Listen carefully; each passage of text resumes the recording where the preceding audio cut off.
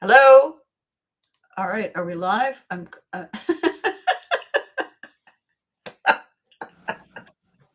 right, Susan, can you hear me? Can. We're live. Hi. Welcome to Ottawa. Thank you. All right. I can't see you, and I now have three screens open. I don't want three screens open, but I can't seem to close it. So, ladies and gentlemen, boys and girls, and humans of all shapes and sizes, welcome to Now What Wednesdays. And the first time I have invited somebody to join me here, and it's partly working. So, Susan, say hello to everybody. Hi. Susan is joining me from Worcester, Massachusetts. And we have so much to talk about, but it's kind of weird that I can't see you. This is crazy. Yeah, I'm trying to see if I can figure this out. All right. Well, don't turn your face away from the microphone because then we can't hear your beautiful voice. All right. I So won't. Susan is dealing with a technical difficulty. Yep. It Yes. is. Here I thought it was just me. So here's what's going on, ladies and gentlemen, boys and girls. We are now, that worked. Something happened. I still can't see you, but now it's just the two screens. Okay. So what's going on here today? First of all, this morning, my interview subject contacted me last night and said, I can't make it. I've broken my wrist. And I said, how does that equate on a video? And she said, I can't push any buttons. Oh, yeah. Oh, yeah. So this afternoon, Susan, I had this great idea. The whole idea for Now What Wednesdays is to talk about the hilarious train wreck moments when we began them saying, well, how hard could that be? Right? Yep. Okay. So let's talk about your journey from Massachusetts to Ottawa for the book launch. Oh my God. Are you kidding me right now? Like, what the Yeah. hell? Yeah, that was crazy. So just before she gets underway here, Susan and I met back in, was it 2018 or 2019? And we were talking about Susan wanting to write a book and also start a career, a fresh career, become an entrepreneur, have her own business. And we decided that she was going to do that. I looked at her manuscript. We decided that she could do it. And at the same time, she had decided to go back to school for more training. And she had three young boys at home, youngish boys at home. And then COVID hit. And all of that was going on at the same time. And right before the whole COVID thing hit, I said, I finished this book. I finished this amazing book, this crazy fictional romance, and I'm going to hold this big book launch. And Susan said, I'm coming and I'm bringing my girls. So the only person who didn't make it was the guy who helped me write the book because he couldn't get across the border. Yep. So how long a drive was it from where you are to reach Ottawa? It was pretty far. It was, well, it's 7 hours to get there. So, right? 7 hours. And nonstop, not nonstop, you had to stop. Yep. So what we have, what you know what I'm going to do? I'm going to do this quick thing here. I'm going to put up the chat. I'm just going to make sure that people can talk to us. So hang on a second. Hi, everyone. We're back. Ish. Okay. So now, Sue, if anybody has something to say, they can say it and we will see them, or at least I will see them. Yep. So Thanks. 7 hours, and Yep. you brought, was it two girlfriends? 3. Three. Why do I keep thinking it was two? So, and all It of you was, brought long dresses to wear because I said it's unsuitable and it's an elegant, it's a car dealership. We had a book launch in a car dealership. dead. However, it was a good idea because the car dealership was for Lexus and it had a chandelier. And I said, all right, this is the most unsuitable place I can find. So you guys arrived. How late was it the night before that you arrived? I don't remember. Honestly, I don't remember. It was so late, and Greg had flown in. Greg had flown in from from Ohio, 3 airplanes to get to Ottawa, and we were rushing around madly getting everything all set up. And then I heard from you, and we had to find you and meet you at the hotel you found. What, like, did you have a hotel reservation? We did. But no idea where the hotel was. Nope, but we did. We had it.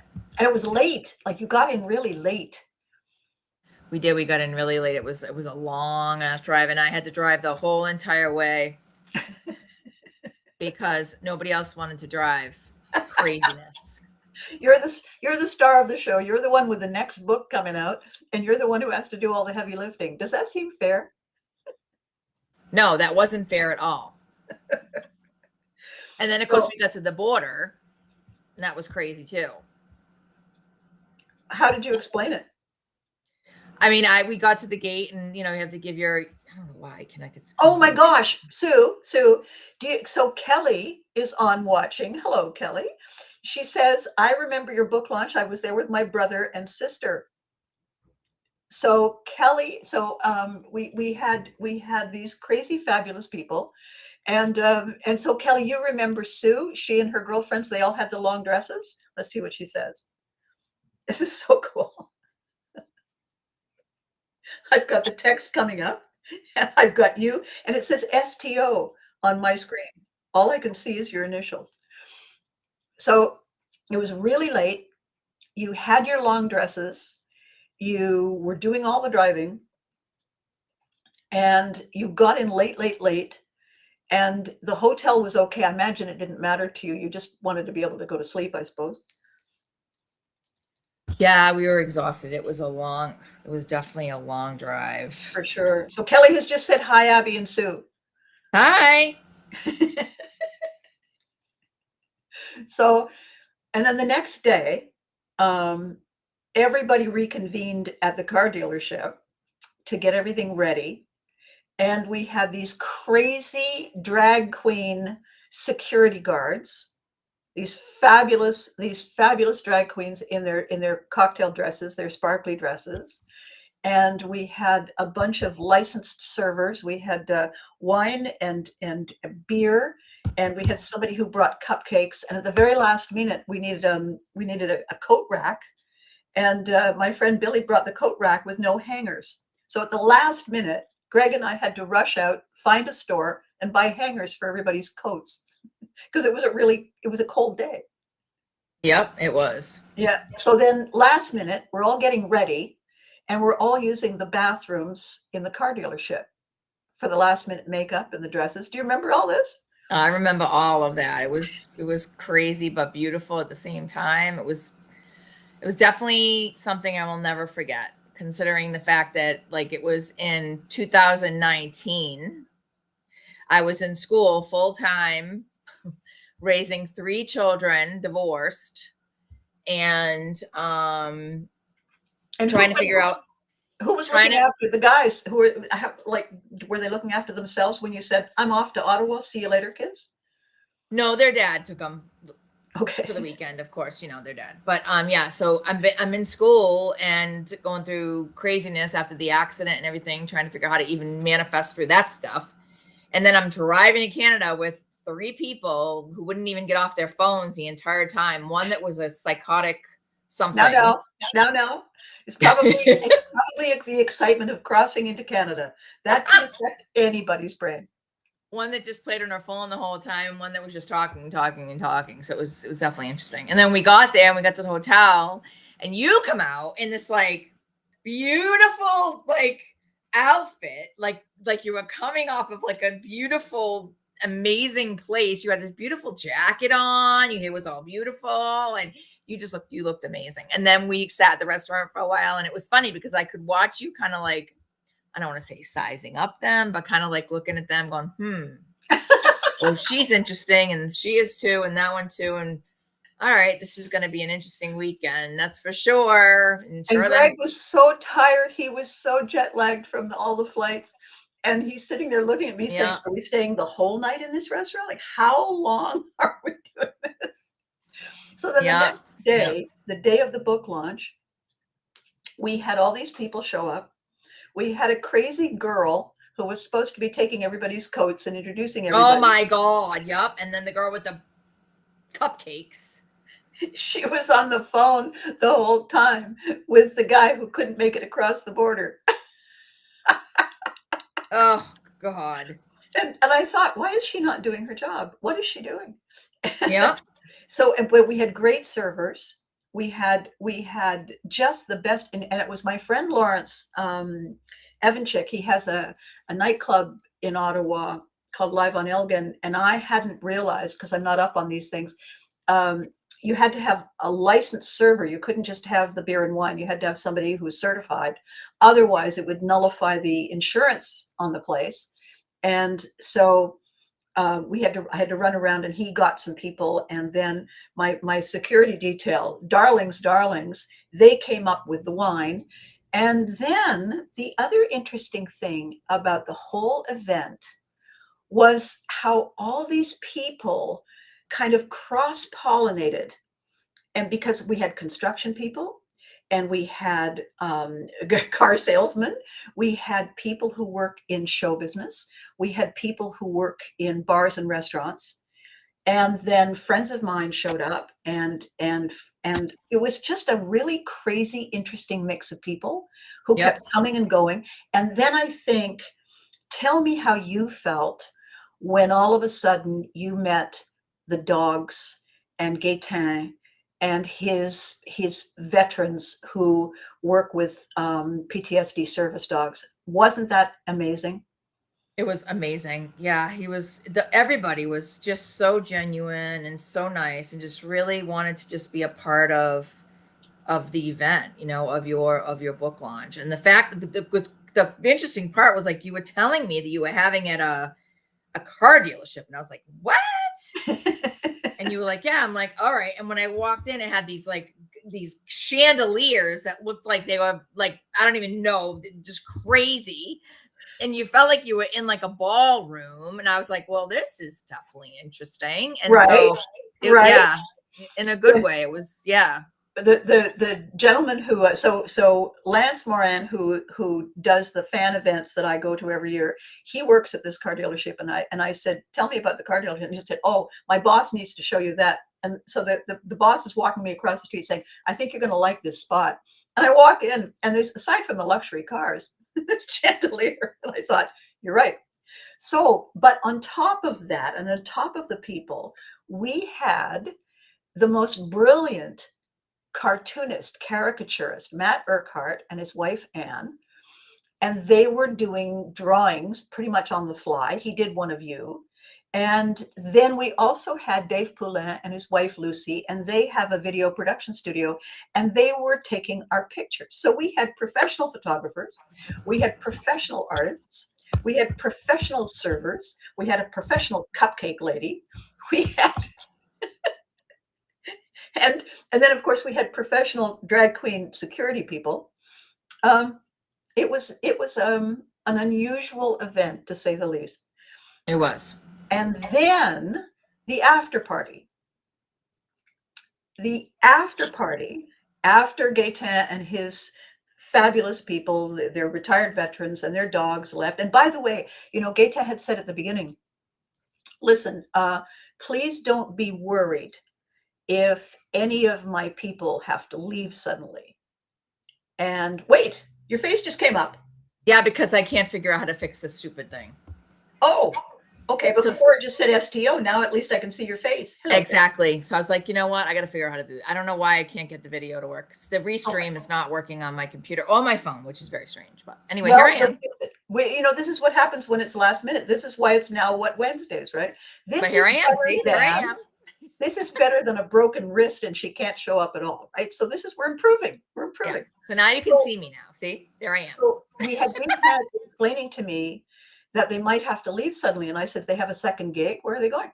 And he said, no, we just never know when it's going to be too much, when it's just going to be too overwhelming.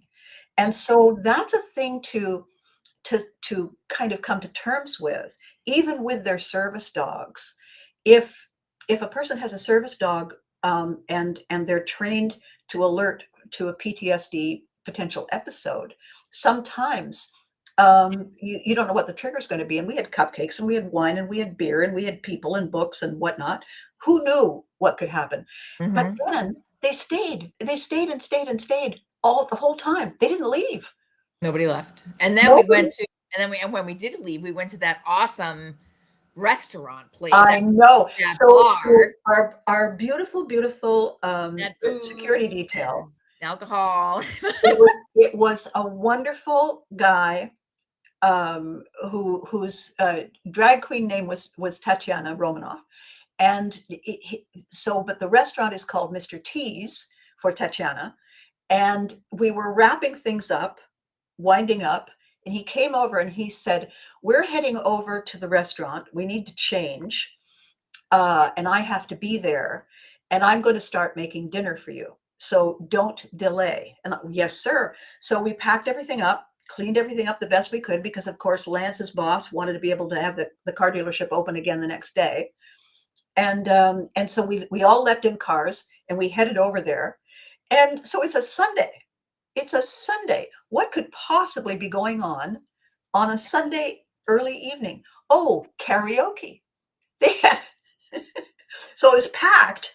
Remember, the place was packed. It was packed. It was like 7 o'clock, like Yeah. not late by the time we got there, 6 o'clock, 7 o'clock, absolutely jammed. And the karaoke was amazing. And my glamorous security detail had changed into civilian clothes, and nobody recognized them, of course. And we got fed our amazing meals. And he had all of his wait staff saying, "These people are our special guests tonight. Make sure their glasses are never empty and their plates are always full." And so we got spoiled, didn't we? We did. Yeah. And then that little girl who wouldn't do the door work, decided to insult me. And Mr. T escorted her to the door saying, "Here, let me get your coat for you." Why? Because you're leaving. Yeah, and then the cupcake lady. Tell her about the cupcake lady. Well, I have to be careful about that. So what we had going on was a misunderstanding going on, Misunderstanding. because the person who provided the brilliant cupcakes, oh my God, the reason I chose her is because the cupcakes are amazing. And she also did the artwork on top. So the logo for the book was on the top of every cupcake. She didn't understand, and nobody had told her. I hadn't had time to tell her who Greg was. She didn't know exactly what he really does for a living, and what he invests in terms of his time. He rented a tuxedo, for heaven's sake. 3 airplanes from Ohio via Detroit, New York, Montreal to Ottawa. And he had a tux. She didn't understand that he wasn't just some staging guy, and she was being a bit heavy-handed with him. And then she was trying to explain to the wait staff that she was a very, very VIP guest of mine. And the thing is that the rest of us were all just kind of pitching in. She had no idea that you guys had driven all that way. And who was the other one? Cheryl drove up as well, right? Oh, yep.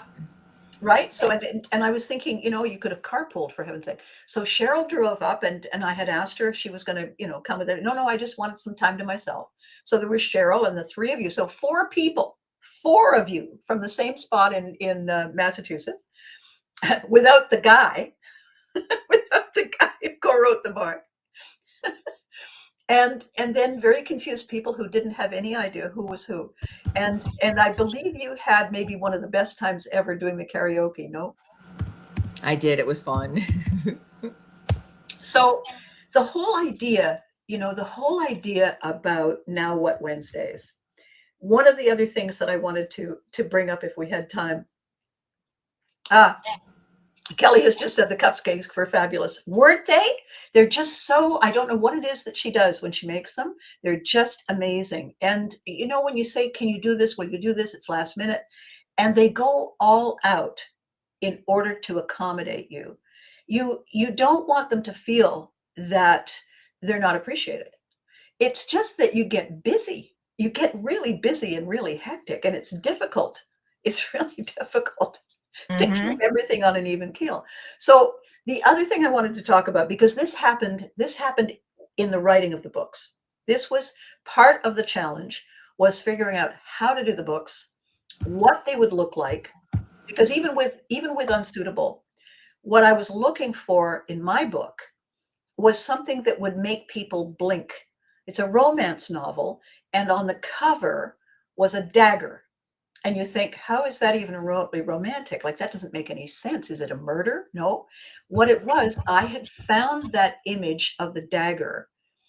And when I contacted the artist, because it was just so perfect, so carved, I discovered that it was a vintage dagger that he had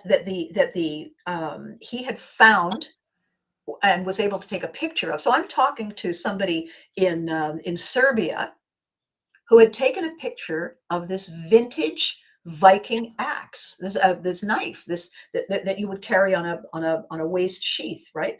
And it was the perfect knife. And I said, "Is it okay if I use it for this purpose?" And he said, "Oh yes." The owner is thrilled. So all of these weird little pieces that come together, we are really the only one who can see why the picture is perfect. So, and the reason I'm bringing that up, because again, it's a now what, a wait what. When we were talking for months and months and months while you were working on your books, originally you wanted one big book. And I said, what if we break it down? And you were saying, why would we do that? How did you feel when it suddenly became clear that you could really be telling 5 different stories all woven together?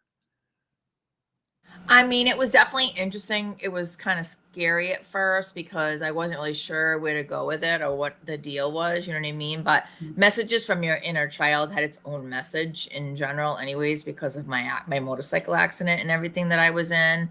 You know, and waking up in the wheelchair and all that, the out of body experience I had and all that stuff that I had was, definitely eye-opening. And so when I wrote the book originally, it was 200,000 words and 450 pages or something crazy. But you said to me, and I'll never forget this because now that I'm writing I'm starting to write again. You said to me, the first book you write is for you, and the second book you write is for your reader. And why So is that, Sue? Why is that? it's because they're reading the book. Like, why would they already know about you? They want to know about themselves, and you're supposed to be grabbing them into their own stuff and not be giving them, first of all, advice that they don't really need or want or care about, and letting them see themselves through your eyes, kind of thing. Exactly. And as I was saying to you, it's your book until somebody gives you $20, and now it's their book. And you Yeah. said, right. And then you said $20. And I said, stay focused on the book thing. We'll talk about the money later. I said, once they give you the money, it's their book. The least you can do is write the book for them.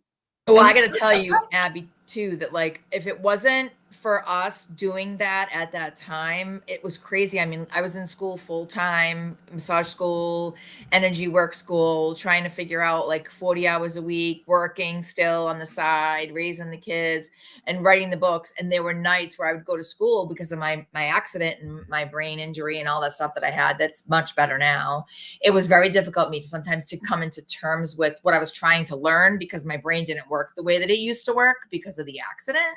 right. And we would talk on the phone after school, and sometimes we would be on the phone either on a Saturday all day long, or like I get home from school at 5 o'clock, cook supper, and then you and I would literally get on the phone at like 7 o'clock, and sometimes we'd be on the phone until 1 or 2 in the morning. And Craziness. it was crazy. And every time we did that, it talked me down off my adrenaline rush that I had because I was still afraid. I mean, I hadn't been in school since I graduated from college in Right. 97. This Yeah. is 19. I've had an accident in 15 that put me in a wheelchair that I'm not in anymore, but put me into like craziness. Going back to school, trying to figure out how to write 5 books, and same, I'm in school raising 3 kids, and I'm thinking, but if I didn't do that at that time, I never would have healed from trauma, from toxic abuse, from abuse of my own body, physically, mentally, emotionally, alcohol, drugs, sex, whatever you want to call it, abuse in general from Power, Privilege, and Trust, which is about my book, and how I was abused as a little girl. And then finally in book 5, being able to take all that power back.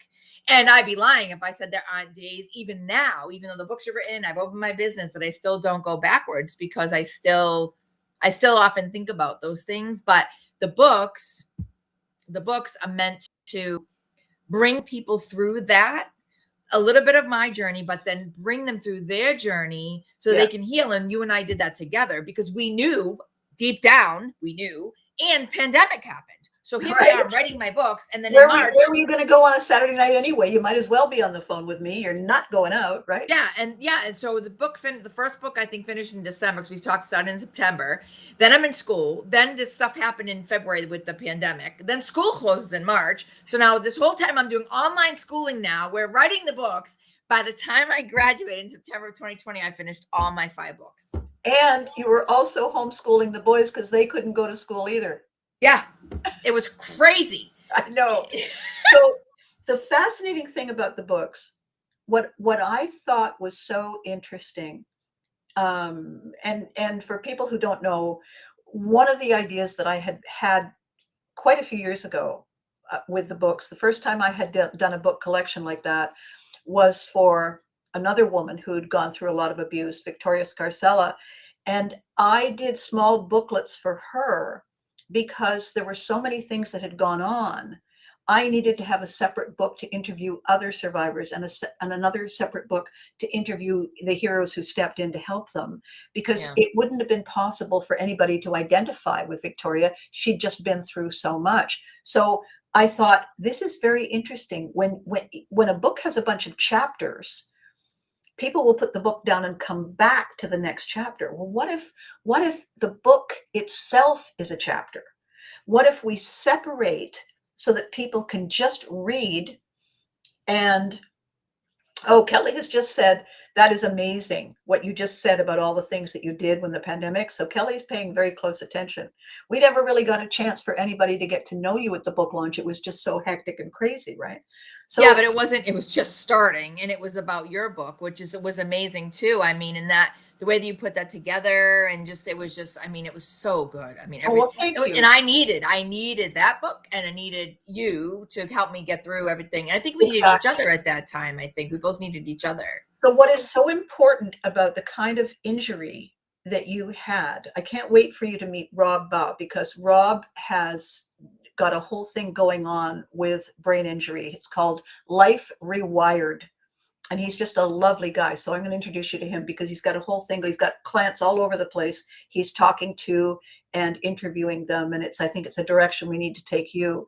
So the thing, going back to the books, the object of the exercise was to focus on one part of what happened to you, because you were having so much new trouble focusing. It was after your brain injury, you had to relearn how to learn and how to retain everything. And so part of the whole process with you was walking you through how to rediscover everything. And so the idea that you said it's a 200 and something page book, and I said, yeah, we're not doing that, because you wouldn't have been able to sustain your focus. Yes, you did, Kelly. And yes, I did personally sign the book. Thank you. That was an amazing time. And so when and Kelly's brother, I met at a golf tournament, and he was wearing the craziest golf pants you've ever seen. He looked like the Norwegian curling team. If you've ever these crazy pants. I said, "Are you from Norway?" And he said, "Do I look like I'm from Norway?" No, heavy beard. Every 5 o'clock shadow at about 2 in the morning. And so 2 in the afternoon. And so it was this hectic time, and all of the hecticity in your life, it's not a word, I think I've just invented it, was so confusing for anybody, let alone somebody whose brain had been scrambled. in a horrific accident that nobody expected. It wasn't dangerous driving. It's just one of those things that happens, and it completely alters your life. So the now what of your existence, half the time forgetting things. And so we got you a big whiteboard thing that says forgot it, got it. Because what Rob was saying, and then you had said years ago, there's so much guilt and self-doubt when I can't do the things I used to do, because it's hard to remember that the brain isn't the same when it's been joggled that seriously. It's not the same. And so it's like you're working with a completely new piece of equipment and trying to figure out how to make it do the normal things. Getting you to that place where each book talked about and spoke to one of the things you had to heal from. And when we said, let's not make this you talking, let's make messages from your inner child, let's make it a conversation. Let's make it so that people reading the book feel like they're part of that conversation. Did that make it easier for you to write, or do you think it was more difficult? No, I think it was definitely easier because, I mean, if I remember correctly, so my accident was in 15. I had severe injuries between a subdural hematoma and just all these things. And during school, it was right before school that I had gone through the whole situation with my first narcissist. Well, what I realized was my first narcissist. I had dated narcissists my whole life, really. I didn't maybe married one, I have no idea, but no, I don't really think that's true. Take that back. But so I had to go through that right before I wrote the books too. And then the pandemic happened. So here I am thinking I'm writing this story about, my journey and the accident and, having a dream and seeing my dad and dancing in heaven, all these things.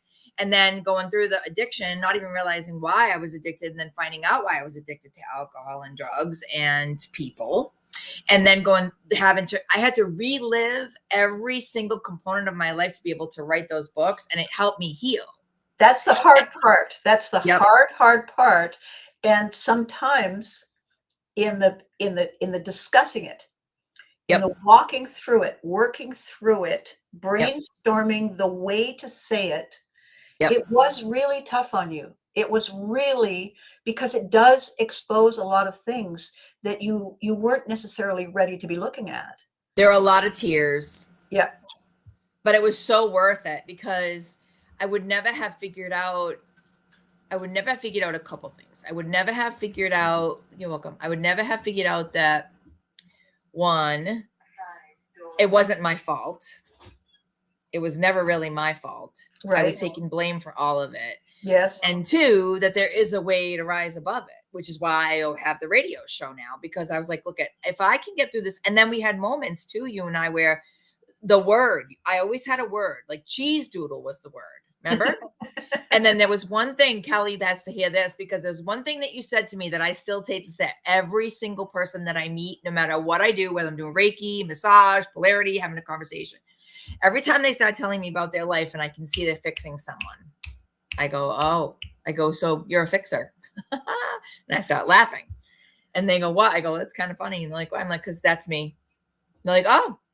I go, let me ask you a question. I go, I'm going to ask you the same question I said that Abby, I said, my publisher, mentor, and editor of my books, I said to me, I said, I think maybe the minute we got on the phone, maybe a few hours after she read my book, the original book, most of it, and then we were redoing it and and we would go through chapter after chapter, and then, nope, that doesn't sound right. Go back here, rewrite this. Nope, here's your homework. So I'm doing homework with you, and I'm doing homework at school, and I'm going, what the anyway, whatever. So you said to me, so I have one question for you. And I said, okay. And you said, just the one, yeah, Abby, just the one question. And you said these people, your mother, your father, your sister, your husband, your boyfriend, your friend, your this, your that, you people you work with, blah, blah, blah. She goes, these people that you keep trying to fix, you said. And I said, yeah. And you said, did they ask you to be fixed? And I said, no. And you said, then they don't want to be fixed. And that's what I say to all of my clients. I say, listen, I go, this is what Abby told me. I said, look, you can look at my books. They're right there. I wrote these during a pandemic when craziness was going on in the world and I was writing these books. She asked me that, said, if you still feel the need to fix people, maybe you should fix yourself first and then try to fix other people. Because the truth is, you can't really love anyone else until you love yourself first. And the only way to do that is to heal from all the things that caused you to feel unworthy, unloved, whatever. And they're like, who are you again? I go, I go, her too. I go, I'm telling you, I would never have gotten through what I would never have finished. I would never have fixed my books, finished school probably. I don't know. I tried to quit 3 or 4 times and you were like, you're not quitting. Like, Abby, that teacher, remember I had that oh my God, I'll tell the story real quick. Now, during the pandemic, of course, we're aproned up, gloves. I mean, we can't, we're using literally on the massage tables, we're using those, what you call it, shower, those curtains that you put behind the actual curtain of the shower. Oh yeah, the liners. So it doesn't we're using liners on the tables. Now imagine how comfortable that is. I have a question, Miss. Kelly has just said you are absolutely correct, Susan. Kelly is listening to you. So I have a question. If you're using shower curtain liners on the tables, how many people slid off the tables when you were I was just going to say that. So here we are. We had to use these it was crazy. And so oil's all over it. I mean, but you can wash them. I mean, it was just crazy. So anyway, I'm doing that. And at one point I was a mess very many times because there was so many changes going on at the same time. There were more changes going on. And at one point I came into school and they had, because of the COVID, they had lost my anatomy and physiology exam. And I got like a 95 on it. Couldn't find it. So I come in and Tom, the guy, and everyone, the teachers, everyone was all up in arms about everything. And then we had to do online schooling. No one ever did that. But I mean, there was so many things, so many dynamics to go through.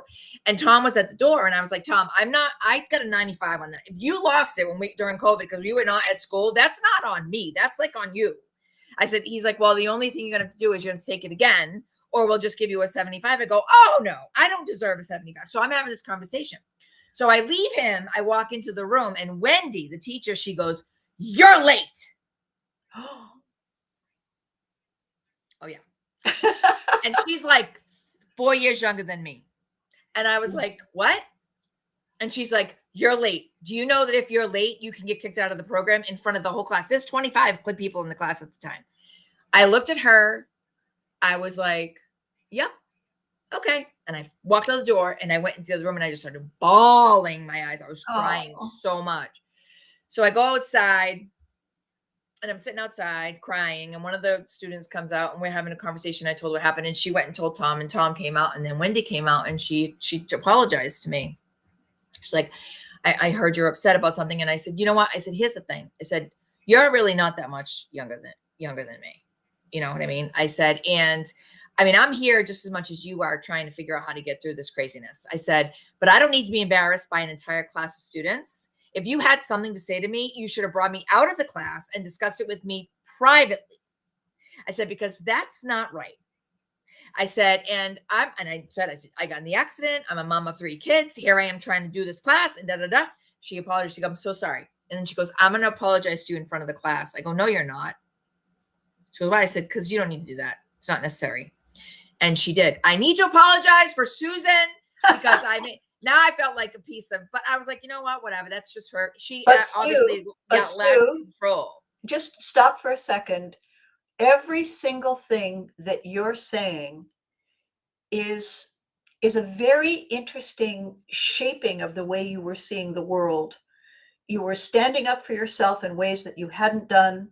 You were explaining to people how it feels at a difficult time.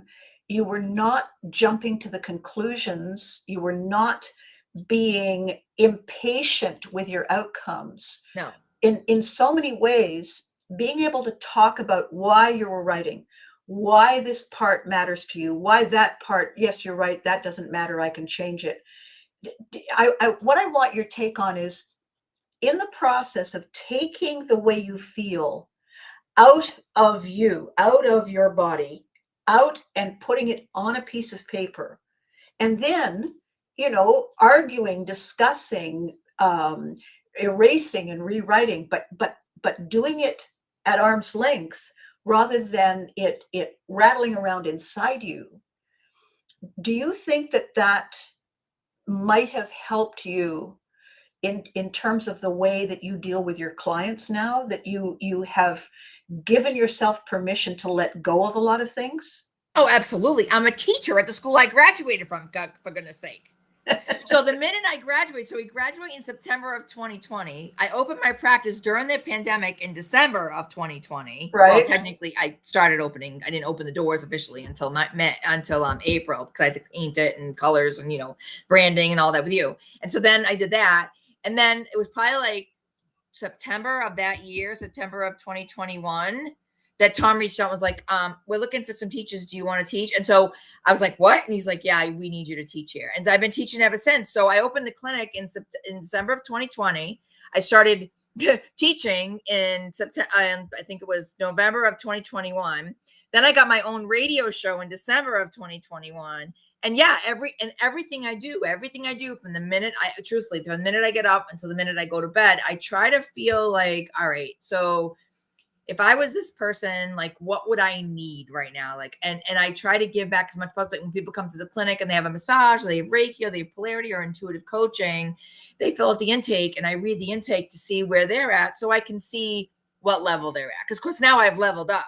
So now, so now where you are, and by the way, Kelly has another thing to say. She says, Susan, all your experiences that you went through have made you a stronger, independent woman. Oh, yeah, absolutely. How about that? Right? So here's the thing.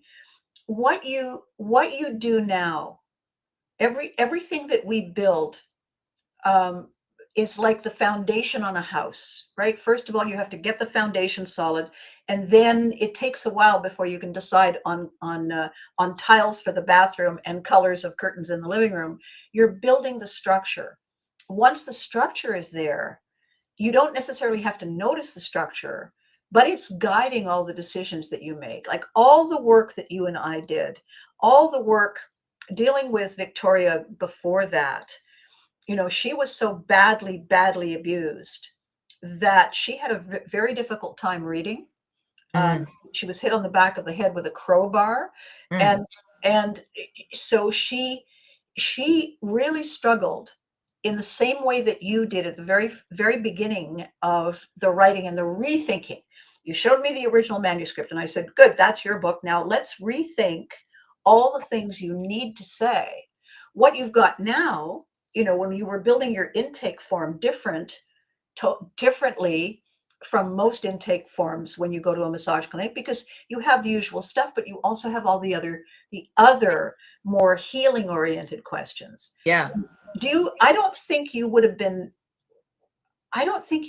ready to do that if you had not done all of this. Really, as Kelly said, you did all this work, all this deep dive understanding, and the discussing back and forth, and as you said, lots of tears, letting go of certain things, recognizing, yes, that was then, this is now, that was a place on the map that I'm not there anymore. But it's a totally different kind of processing the healing when the objective is to ultimately turn it into a book that lives over there on the table, not churning up your insides because it hasn't been dealt with. Yeah. Do you think that the way we're talking about that, the way this is a conversation, I mean, Kelly's listening in because she got to meet you, got to meet me, and then basically we haven't had the opportunity to get together again. For Kelly to realize that Susan and I, Kelly, had been talking and working on completely revising the story she thought she needed to tell. Yeah, because I lived in a fantasy. Right. And completely rethinking why she needed to tell it. And I don't think very many of us do that kind of homework on ourselves. We will fixate on something that happened to us. And every time we are feeling helpless in a situation, that memory comes up because that was another helpless time. But these books, I happen to have them in front of me. It's too bad you can't see me, right? Your I can camera's see not. you. Oh, you see me? Yeah, you just can't see me. I can't. This camera's not working. I don't know why. I see. All right. But So yeah, I I can see happen to you. I have, can see you. I can see it. I can definitely. I'm actually wearing black and white, so I could because it's cute too, but I can't see. so these books, which I'm I have holding to up, figure out this restream thing. I don't understand this. well, we Right. will figure it out. So these 5 books that I'm holding up, these are the books that Susan and I are talking about that took the place of a 200 and something page story. No, it was like 400 pages and like 20,000 words. It was ridiculous. But it was my journals. The thing was, it wasn't. So this is how I started. So in 1993, when my dad passed, the only way that I felt like I could, I don't even know, wake up every day or whatever, was I started writing. And Yeah. I would journal. But what I realized about my journal, maybe Kelly does this too. What I realized about my journals was I would write, because I was going through crap. And then when things are going really good in my life, I wouldn't journal. So I have a journal that's like half full, 3/4 of the way full, quarter of the way full. I have journals upon with the books I have with you too, but I mean the ones that we wrote, because I wrote everything down when we talked too. I have books and books. But I needed to do that too to get through the death of my dad, to get through the loss that I kept having with relationships. Yeah. But every time I reread the books, the journals, there was one thing, one component, one thing that I kept looking for in every book. You know what it was? No. Love. Yes. Yes. Yes. Every book, And every journal, every conversation. Oh, maybe he'll love me tomorrow. Or, I saw Jim today and we had such a great time and I haven't heard from him in 3 months. And, oh, he kept texting me today. Oh, maybe he does love. I mean, it was like, every guy, every friend, every person, like my mother, all I wanted was to feel love. and you were And looking for it in the wrong place. You were looking for it externally. instead of internally. Exactly. And so Yeah. that's the flip. So I want to do something. I want to do something with these books because I've been telling people that one of the things that is going to be a constant, a presence in these Now What Wednesdays, is that I'm going to do commercials. Because I used to do a lot of commercials professionally. And it's one of those things that if once you're good at it, it's like falling off a bicycle. You never forget how that hurt. So the thing that I was saying to people is say, well, what kind of a commercial? And I said, well, I'm going to do it like an abfomercial as opposed to an infomercial. It's an abfomercial in which I'm talking about why this is cool and why it's interesting. So it doesn't feel like a commercial. And one of the things that is so cool about your books, Susan, is the fact that each one has its own color for a very specific reason. You can only see the trim of it on the front, but the whole back of it extends to the back. And the magic about the image that we found for your book that is so special, when you hold it up like this, what you are seeing is all the different parts of us, all the different layers of who we are. There's a child in there, there's a young woman, there's a young mom, there's a middle-aged woman, and there's an older woman who's gradually aging. It's all of us, all the way through our lives, all in one image. And I love the fact that on the back, the profile is facing you. I loved the way that turned out. And the red with the third eye, like it's And, all energetic. and It's everything crazy. about these colors, everything about the stories, everything about the images on the inside, every single thing. And I love this too, the little bubbles coming up because she's thinking. Every single part of this collection of books, what this is meant to do is give people the understanding that we never really lose touch with the little voice inside. It's right along with us. When we go shopping and we buy something frivolous and bright and colorful and funny, it's the inner child who says, I'll take it, wrap it up. She's not looking, hurry up. Yeah. And that's why I like book one, of course, is about trauma. And that helped me get through the trauma. And then Exactly. each book, and then each book is meant to get you through of your stuff. So it's like insights of life through a vision about me a little bit. And then it brings you through to the reason why you might, and then you start thinking like, oh, oh my God, that sounds like me. Why does that sound like me? This sounds like me. Especially the last two, because the last two were the ones that were really deep, because the last two get into different things with abuse and power and privilege and trust, and doesn't really get into like what's going on in the outside world really, but in a way that you don't know you're doing it. It's pretty unique. And then the last one is about finally like realizing that you don't have to live in the trauma. You don't have to live in the toxic abuse. You don't have to live in the abuse of your body, and you don't have to live in the abuse, of the substances. And then you don't have to live in if anyone ever violated you, it violated you. By book 5, you're like, oh, like it's like this realization of epiphany of like, wow, how did I not see that? And then you get to see it in the 5th book. So the next series hopefully is going to bring you into the spiritual part of why, because that's why there's a third eye on the front of the book, and there's a sun in the middle of the book, and there's the diamonds coming out of the head, and the Exactly. baby. Susan, I have something to tell you. So Kelly has said that she journaled during her divorce, and then she says, are you ready? Are you ready, Susan? Yeah. She says, how can I purchase your books, Susan?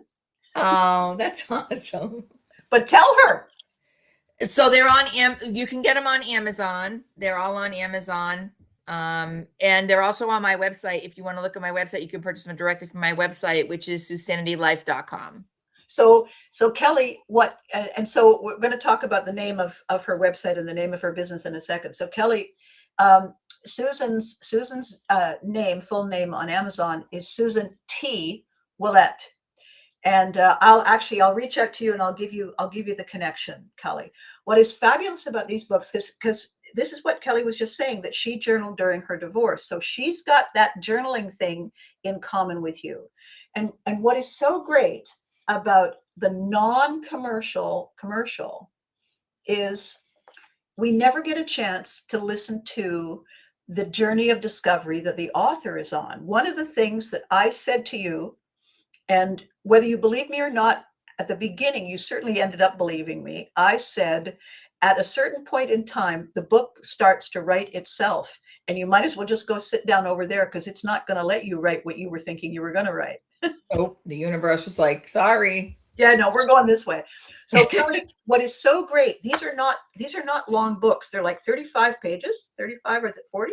How many are they? Yeah, 4 of them are 32 and one of them's 42. So they're about 30 pages, but they're so full of such interesting insights. And each one, so message 1, messages from your inner child, 1, everything's going to be fine.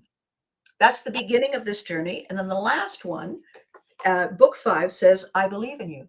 So the arc of discovery through these 5 books is our inner child reassuring us that there's going to be a happy ending. And then the happy ending is, in fact, that our inner child has not abandoned us. She believes in us. He believes in us.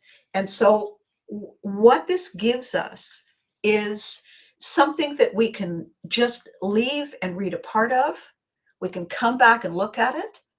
I know that when we were going through the process, Susan was saying, oh my God, now that the book is done and I'm reading it, this part here reminds me so much of, and right, Sue, you would tell me that it was somebody who did this, who had this issue. I don't think we would have been able to isolate and focus as closely and as clearly on each of these turning points, on each of these mountains to climb, if we had gone with the 200,400 page, because it would all have been muddled together in a completely different way. These are handbooks. These are workbooks. These are the instruction booklets that you never get when you're trying to put together IKEA furniture. Yeah. You get this little tiny diagram that you can't follow. And so what's gorgeous about this is the non-commercial commercial is that this won't get bleeped. This won't get deleted by people who don't want a commercial, because this isn't just buy my soap. This is why we're having the conversation. This became the reason it began as a totally different reason, but by the end, it became the reason that you feel stronger and, as Kelly said, empowered, independent, and certainly far less anxious about some random person out there having an opinion. Exactly. In fact, that brings me back. A very funny thing happened with this image. I don't know if you remember. One of your acquaintances said, "Ew, what's that supposed to be?" This image. What is it? It looks like what is it? It's and then you were all panicking. You said, "What do you mean? What do you mean?" And then we got on the phone. You said, but she said it's this and she said it's that." And I was reminded of that, knowing I was going to pull these up and we were going to have this conversation. The other hilarious conversation, and Kelly, this is when I give you the contact to go to her website. We were playing with words. We were having a conversation. What are we going to call your concept? And I'm scribbling and I'm doodling, and we're talking about healing and peace of mind and calm and serenity. And I'm doodling away. And I said, "Oh my God, Susan, Susanity." Yep. It's your unique brand of I'm okay, I'm fine. It's my Susanity. It's my way of sanity. And I said, we'll put the two S's as capitals. And then we found that lovely swoopy font for you. And the thing is, immediately that we had that name, every next thing about what your brand and your name and your look in terms of brand wanted to be, had to be. Kelly, you're going to love it when you go to her website. It's all these soft, muted shades of sage green, not olive green, sage green. It's very soft. That's kind of an antique gold to go with it. There's some beautiful floral touches, mostly very, very soft pastels, all of them warm, all of them soothing, all of them just so delicate. And Susan had this great picture. I just love the picture. And you can see she's got the profile picture there. I didn't like what was behind her, and what she was wearing was not relevant to what we wanted. So I just airbrushed out the edges of it. I softened the edges of it. And then I put this gorgeous profile inside this soft antique gold frame. And that became, well, hello, Rhea. How nice to see you. Here you are. So there's a beautiful gold frame, this beautiful angelic, serene face. And Susan gets on the phone and says, "Oh my God, what are we going to do?" And I said, "What's wrong?" And you said, "This person asked me if it was a celebration of life picture." Yeah. My obituary. An obituary. And I said, "What idiot thought that?" I don't know him. And I said, "Well, then it doesn't matter." But what do they think? I'm dead? No. We can record you screaming at me and they'll know definitely you're not. And so this, Kelly, it was hilarious. It's an obituary picture. You're talking to me on Facebook, aren't you? And I know, right? Ray gets on and right away. It's hilarious because so everybody's got an opinion. Yeah. Everybody's, annoying cousin that nobody ever listened to now has a place to say what they feel like saying on Facebook. And we see it and we go, "What? What do you mean? What have I done? Oh my God." And you think, wait a minute, that's an idiot. Never mind, and move on. Yeah. And it's so personal because your brand is your baby. These books, I also warned Susan, I said, when they arrive and you open the package, I guarantee you're going to be walking around holding it saying, it's a book. It's a book. You're going to sound like a squeak. You're going to and you said, "I am not." And then the books arrived. And how did you do? I definitely did. I was squeaking really all over the books. Yeah. She's on the phone. I said, okay, it's good.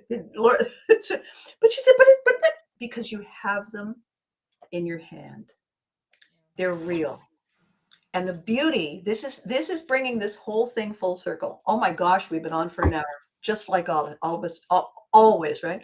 Here's the interesting thing. We come into the world and everything we learn by copying the person teaching us. We are mirroring what they do. And that's how we learn. And then gradually, after we've figured out how to get most of the glop off the plate into the mouth, we then start fussing with it and making it the way we do it. Yep. It's absolutely normal to want the approval of somebody out there because that's how we learned everything. We learned how to eat. We learned how to dress ourselves. We learned how to fall down the stairs and get back up. We learned how to go to the bathroom. We learned how to drive a car. We learned how to do everything by copying somebody out there showing us how it's properly done. And we grow up thinking that we don't know how it's properly done for us. We need somebody else to approve of us, to tell us, because that's how we learned everything. Yeah. All of a sudden, when you are the author, and this was the other thing we were talking about, you become the authority on Susan because you are the author. Yep. And no one can tell your story as correctly, as accurately, as truthfully as you. So in that moment, when you suddenly realize that you own this, you own this. Hello, Alana, book Abby now for an event. Yes. When you own this, you no longer are looking for external validation. No. All by itself, it fixes itself. Yep. The tough part about it, I think, with the journey, writing the books and then opening the business and then having the accident and figuring out my intuitive abilities and all that stuff about, all that mediumship and all that stuff was, I think for me, it was almost like I could see what I needed to see, but I never wanted to see it. Mhm. So I would know that probably I would meet someone and they shouldn't be in my life, but it wouldn't matter because again, it goes back to the whole thing with the, it's okay because, if I could just do one thing for them, maybe they would feel better and whatever. But it was always, even in the books, it says it in the books because I was looking for the love outside of myself from someone else. And then after I opened Susanity and realized like the only person that I can love is myself. And if somebody wants to be in my life, great. And if they don't, it's not about me, it's about them and it's their journey and they have to find their own journey. There's nothing that I can do. And that's hard, especially when you do the work that I do, distant Reiki and all that stuff that I do, distant healing and all that. Really hard. It's really hard because I want to see themselves in the light that I can see them and they can't. Well, no, that's what's hard. They're facing the wrong way. And, yeah, I know. And, like, not enough about you. Let's talk about Pivotry in motion. The whole thing about realizing that we have permission to shift our perspective. When somebody says, "Okay, I'm going to stop telling you why you shouldn't wear that dress." I tap you on the shoulder. All I want you to do is turn your head 3 degrees. Turn your head 3 degrees and look. And you do that. You go, "Oh my God! How long does it look like that?" Why didn't you say something sooner? I did. Yep. But you needed to do this. You needed the different perspective. Yep. The idea that we need some kind of mechanism, some kind of process, some kind of system to teach ourselves a new way to learn, to understand, to process, and then let go. Yeah. Tell me about your moment. Oh, Freddie's on. All right. Freddie's comments, for some reason I can't see them, Susan. So when he joins, he says hello and somebody else says hi, Freddie, and then I know he's there. We're trying to. Oh, okay. Yeah. So the interesting thing about this evolution, the fascinating thing about the way this shift happens is we are not ready to see the other perspective, just turning the head a little bit, until we realize that our value has shifted. It was not that bad, not that bad, not that bad. I don't mind. It's really okay. And then all of a sudden, no, it isn't. And we're not really aware of that little weird flip. It happens by itself, maybe when we're asleep. And then when we recognize that we have been welcoming people who were not good for us, not helpful to our path, we have to make a decision to give ourselves permission to walk away.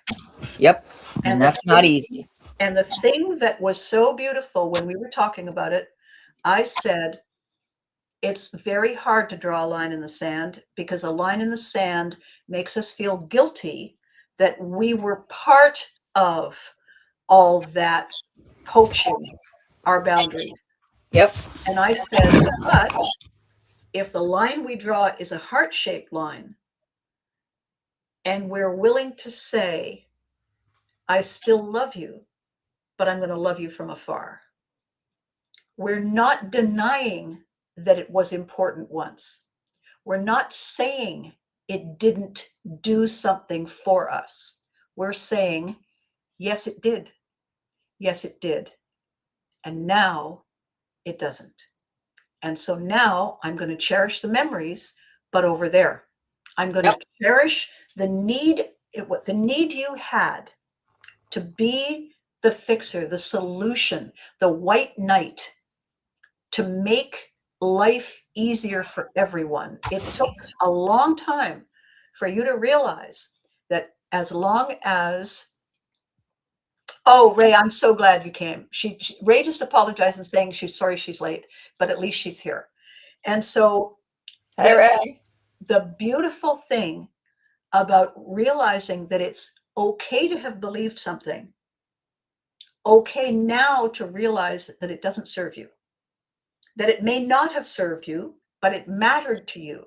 And so you owned it. Doesn't mean you have to continue to own it. And the value in that, the really beautiful value in that, is that not only do you not have to own the good stuff, you don't have to own the bad stuff. Nope. You don't have to own all the other cheese doodle stuff, which is kind of in a middle zone. I call it cheese doodle fries because cheese doodle tastes like styrofoam and it leaves all this orange dust all over everything. There's nothing in it. So cheese doodle situations. Cheese doodle moments, yeah. And people are unhelpful when we no longer need them. And so that whole concept, the whole idea that these books were written with so much love, all the love that was inside you, you put inside the books so that everyone reading the books can feel that love. And maybe if we work it right, if we have the conversation right, then people are going to start saying, can you talk me through how you learn to love on the inside? So the name of the clinic is Susanity, Susanity. And it means it's the place where wellness meets peace of mind. That's the definition of Susanity. And what Susan does for her people is she uses all of the skills. What was it, 20 years of occupational therapy? And yeah, and I still have my license, so I'm technically still doing that. Yeah. Plus came in, sorry. Right. Plus all of the traditional massage techniques, plus some of the extra special stuff she throws in, plus the energy work with the Reiki and the polarity. Plus Susan has this ability sometimes to tune into energies and voices and spirit and people traveling by on different dimensions saying, love what you've done with the cushions. And then they keep going. And it gives people a completely rounded experience in terms of choosing when they're ready to feel better about themselves. It's a fully rounded experience, and the books are the IKEA instructions how to get you from one to the next to the next. So it's not a commercial. It's not even an infomercial. It's an ad commercial. And the whole idea is we have something to share as long as you're ready to learn it. And when you're ready, as they say, what is it they say? When the student is ready, the teacher appears. I was just going to say, and I was going to say, when the teacher's ready, the student appears. Both. So what we're doing with Now What Wednesdays is a hybrid. It's hilarious things that go wrong. And in the middle of the hilarity, oh my God, remember this little miracle. Remember that moment. Yep. And it's an opportunity to have conversations with no geographic boundaries. It's an opportunity for Susan to gradually realize that there's healing that can go on by having these videos, not needing to get in the car and drive all the way to Worcester or Sturbridge, that the conversation itself, based around the books, the questions from people that you're going to get. I read book 3 and it reminded me of this. There's so many opportunities for this to turn into something that is a beautiful, fluid experience that people can, because I don't feel that arm's length online learning works. I don't think it's a self-learning. I think the expert needs to be involved. The expert needs to be talking to you. And I also think, and Rhea has just said, nice to meet you, Susan. And Hi, so Rhea. the whole point is in the work that I'm doing. So this is the image. This is the image for Pivotry in motion. These are the birds flying free. The other side of this that is so powerful and so important that Susan and I are kind of pioneering here tonight. This is the lion effect. Yep, and we're in the Lion Portal Gato right now. And we are. And the lion effect, 1 degree from flow. Flow is where everything comes together. We're always 1 degree from flow. The concept of the lion effect is that humans are not lone wolves. We are tribal. We are like the pride of lions. We work together. We are stronger together. We are all different. And as we layer, thank you, Alona, thank you. As we layer what we're doing, oh, Alona didn't see your other images. Alona, check this out. This is the cover of Susan's 5 books, and it looks like kind of an old woman until you realize when you open it up, it's actually all the ages we are, all through our lives. Isn't that fabulous? And so what the opportunity here is with the lion effect is that we forget that we learn from each other. We collaborate. We translate for each other. We can't all see 360 degrees at the same time. If we are together learning and discussing the way this is going, the way this is happening right now, what we have is my input, Susan's input, Rhea's input, Alana's input, Kelly's input, Freddie's input. We're all having the conversation. And at the end of that conversation, what we learn about ourselves is seen through the filter that everyone else provides. It's a unique kind of learning opportunity.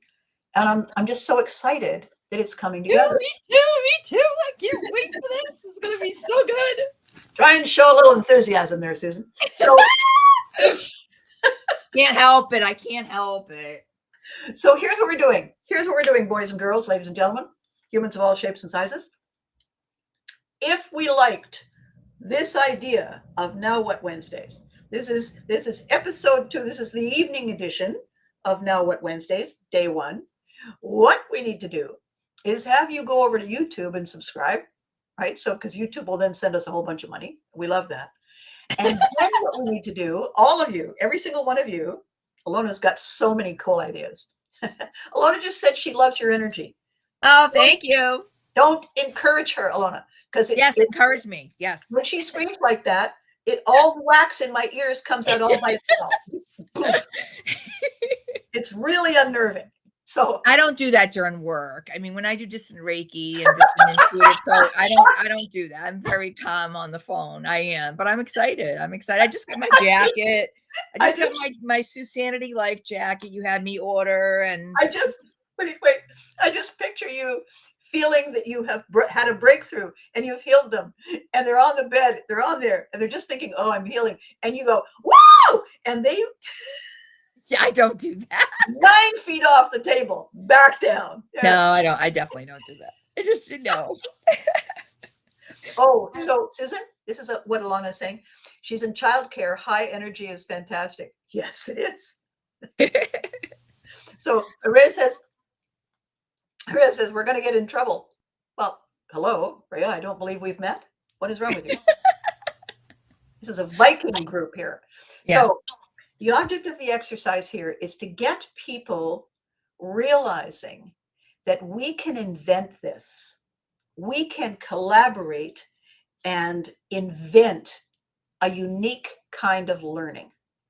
One of the things, Sue, one of the things that Alana does, she has a passion for organizing events, community events that support local churches and help them raise funds and showcase and celebrate the local artisans. And so there's bake sales and there's crafts and there's all kinds of stuff. She's busy mom with a little kid. And then she's decided to take me on as a project because apparently she was dropped on her head as a child. And so she's looking for ways to get me out there speaking and doing events. That's why when she was here, she said, book Abby for an event.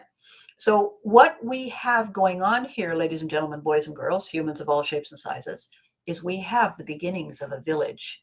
A village is forming. I can sense it. And the whole idea is we are allowing the world to understand that our unique gift as human beings is our ability to pull out the part of us that has the most power and empowerment in the moment. All the different facets and shades of who we are, we can bring that one part to the front and say, let's run with it. Let's walk here. Let's do this. And no one is doing this. No one is having these kinds of meetings, these kinds of trainings, these kinds of learning where our strengths are, finding our confidence. I think one of the most beautiful things, Susan, that you said when we first started working, and you had said that you took yourself off all the medications they had put you on for all of the healing. Because, folks, Susan had to learn how to do everything all over again. Rhea actually has had to go through that as well.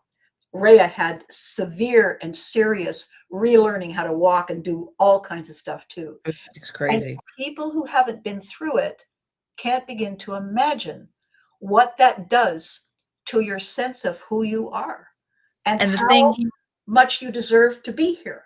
Yeah. And the thing I think that's hard, I think for me and maybe Rhea and maybe even more people that are listening is, so, when you go through a physical injury, you can see the physical injury. You can't see depression. You can't see anxiety. You can't see a brain injury. You can't see any of that internal anything. You can't see it. You can't see cancer. You can't see those things. So and on top, I don't want to interrupt you, but on the other thing you can't see in the case of the kind of injury you have, you can't see why the thing that worked before has left the building. Right. When we talk to Rob, when Rob is back and we have a conversation. It's like the invisible, I call it the invisible dinosaur because it really is. Yep. It's so interesting to say it's not that it's trauma. Because trauma is our experience of the event. It's not that it's trauma. It is one of the shades of us, one of the aspects of us that makes us us. Yeah. And so if it's a vulnerable aspect, then we let everyone know that it's a vulnerable thing and we all learn to respect it and recognize it. Yep. And that way we stop labeling it as a thing that owns us. It is a shade of who we became Yep. and what we can also continue to do. Yep. So this, I don't know. I want we're going to wrap this up soon because it's going to be 8:30 in a minute, and as always happens in our calls, Susan and I just chat and chat and chat. Oh God, 5 hours I sometimes. would love, just before we sign off, if everybody who's here would just say, you know how I say on a scale of 1 to 10, how's your day? Because that way it's not, I'm fine, and you? No, on a scale of 1 to 10, how's your day? I would love to have, on a scale of 1 to 10, how certain are you that you're going to come and watch the next one? How much did this make you say, yeah, I want to see more of these? Just write that down. So what are we seeing here? So Ray's just getting back. Doctors were telling her she's part of the 5% Survivors Club. It's now a new lease on life. Got to walk in and say thank you to a doctor who said I'd never walk again. Got to walk in and say, hello, look at this. Watch me leave, right? And then Alana said, You said, watch me. fibromyalgia and dealing with pain management, keeping a positive, clean mind is huge. As busy I like to be, when my body says stop, I have to listen.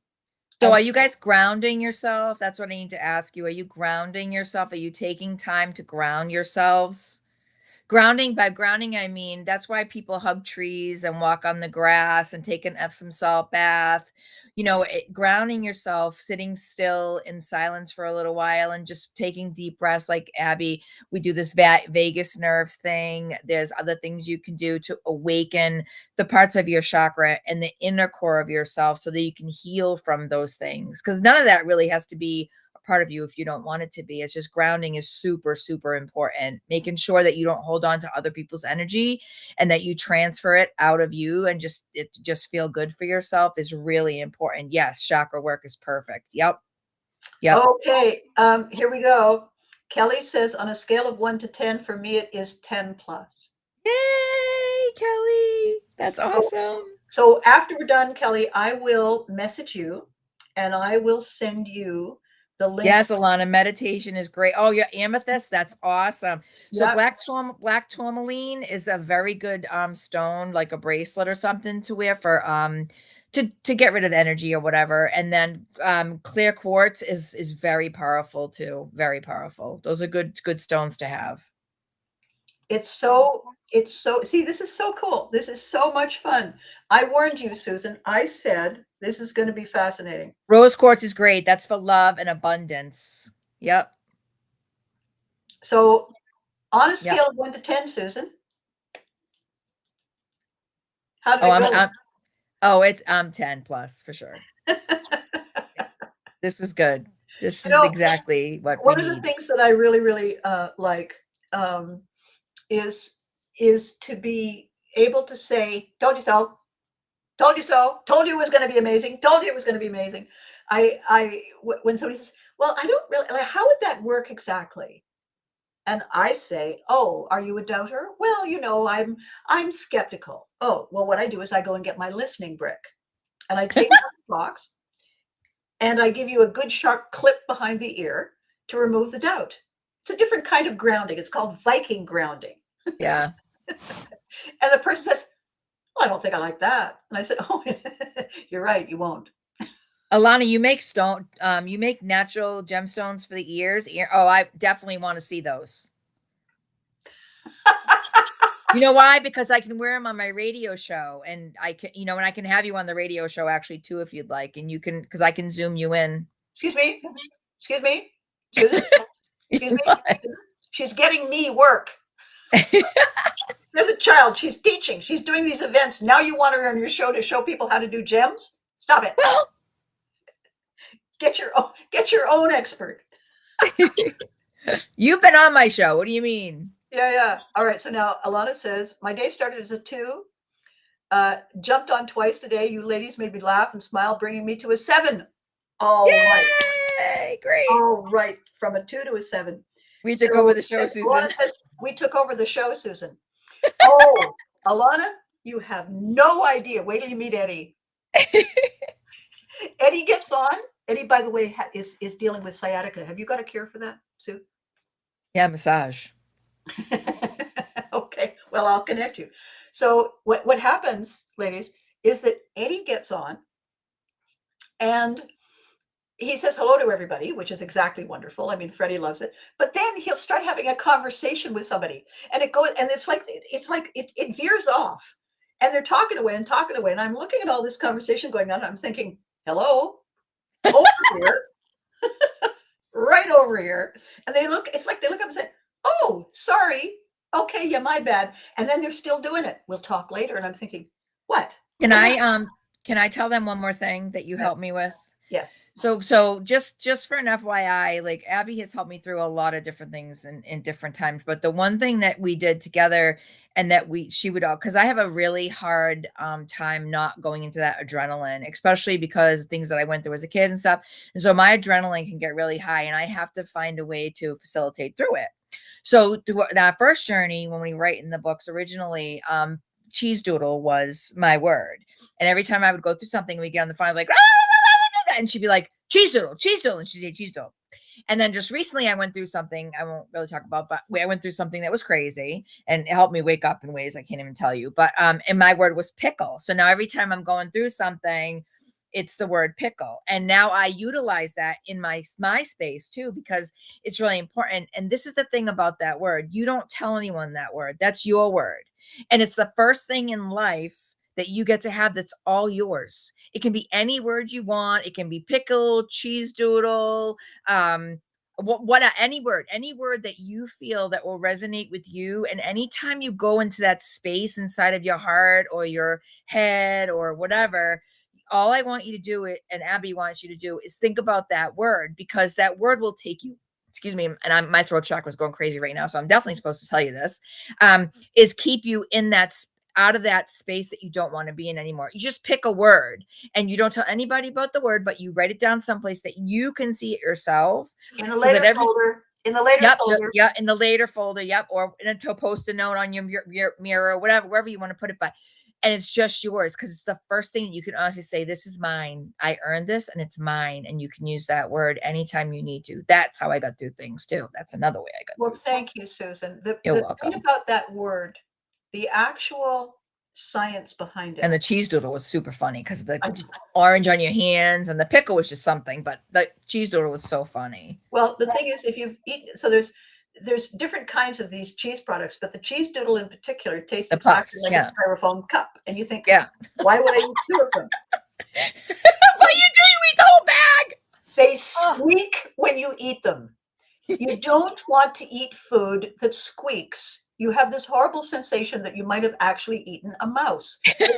Wrong. So they get orange all over your fingers and doesn't come off. Yeah, and it's on your why am I eating this? It tastes like styrofoam. So this is the important thing, though.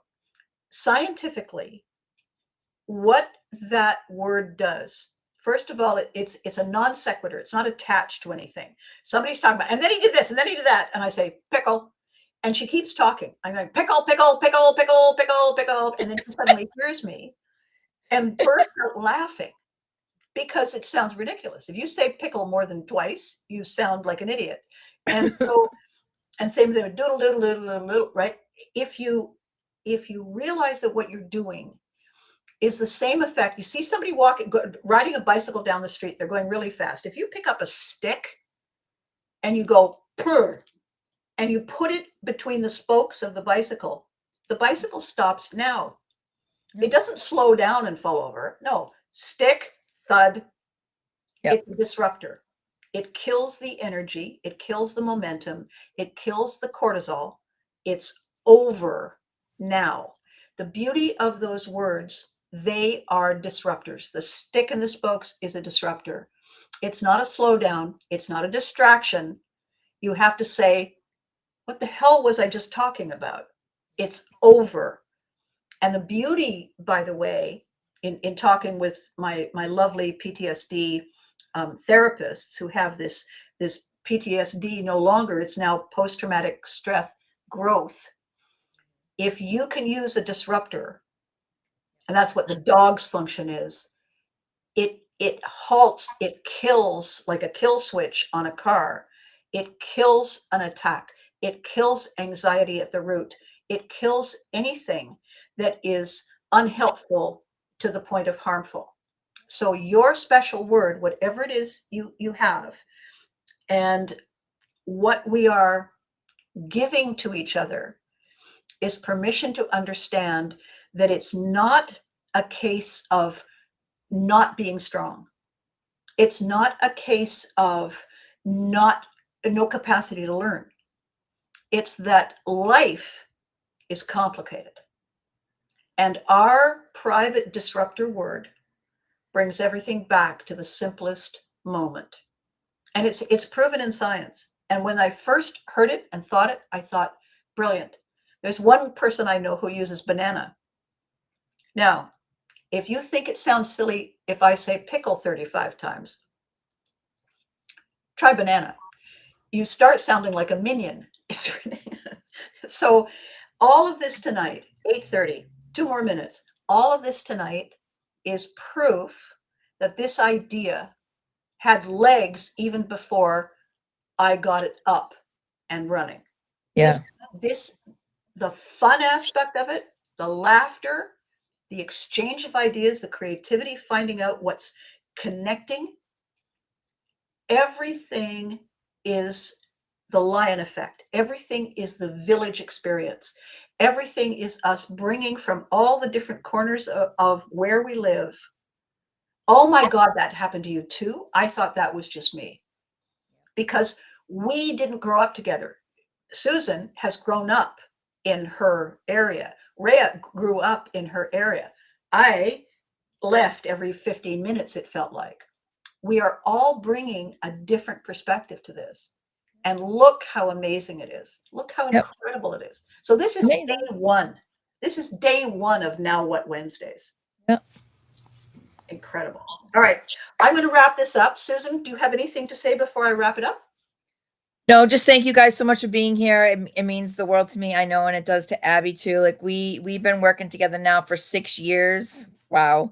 And every day it just gets better and better. And I do have my moments and she just slaps me on top of the head or whatever. And sometimes we have conversations that I just need, and every day I'm grateful. I'm grateful for you. I'm grateful that you're willing to see us for who we are, and we see you, and we hear you, and we want to listen to you. So that's why we're here. That's why we haven't stopped, no matter what she's gone through, no matter what I've gone through in our life, and no matter what you've gone through, you don't want to stop. That's why you're finding us. So that's what's beautiful. And I send you guys love and light so much. And I can't wait to meet all of you someday or something. So have a great night, you guys. When we can figure out how to make your camera work so we can actually see you.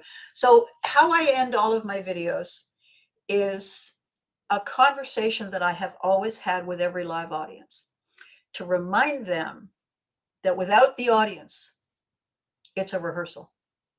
I'm in an empty room and I'm talking to an electric appliance. Clearly, I need help. And if we don't understand that without the audience, without all of you, there is no star of any show. The audience makes the show. The unforgettables aspect of this is all of us bringing our energy to it, not one. It is the essential lion effect. So that's the thing I always say, thank you. So if we all head over to, what do we got here? Curds. What is curds? Oh, is that your word? Okay. And so, sorry. What I always say is, be good to you because you deserve it. Women have a ridiculously low deserve level. I don't know why. That could be a whole nother conversation. It will be a whole nother conversation. and then I say, and remember to hug your loved ones because, and then everybody thinks I'm going to say something nice. And I say, because they have to put up with you, for God's sake.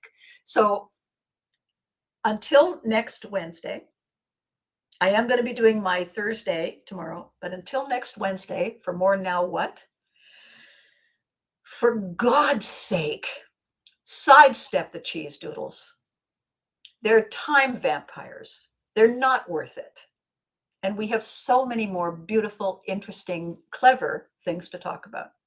All right? All right. Everybody agreed? Everybody nod once. Nod once. Agreed. Yes. All right. So I'm going to sign us off. Please, if you can, take a minute, go over to YouTube and subscribe so all the money starts coming in. We can go and buy shoes together. All right. And this is really cool. Long overdue, Susan. It's long overdue. Now we just got to fix this camera. Yeah, we're going to fix the camera. All right. Bye, guys. Have a great evening. Have a great evening, and we'll catch you next week if I don't see you tomorrow. All right. Bye. Love you all. Love you all.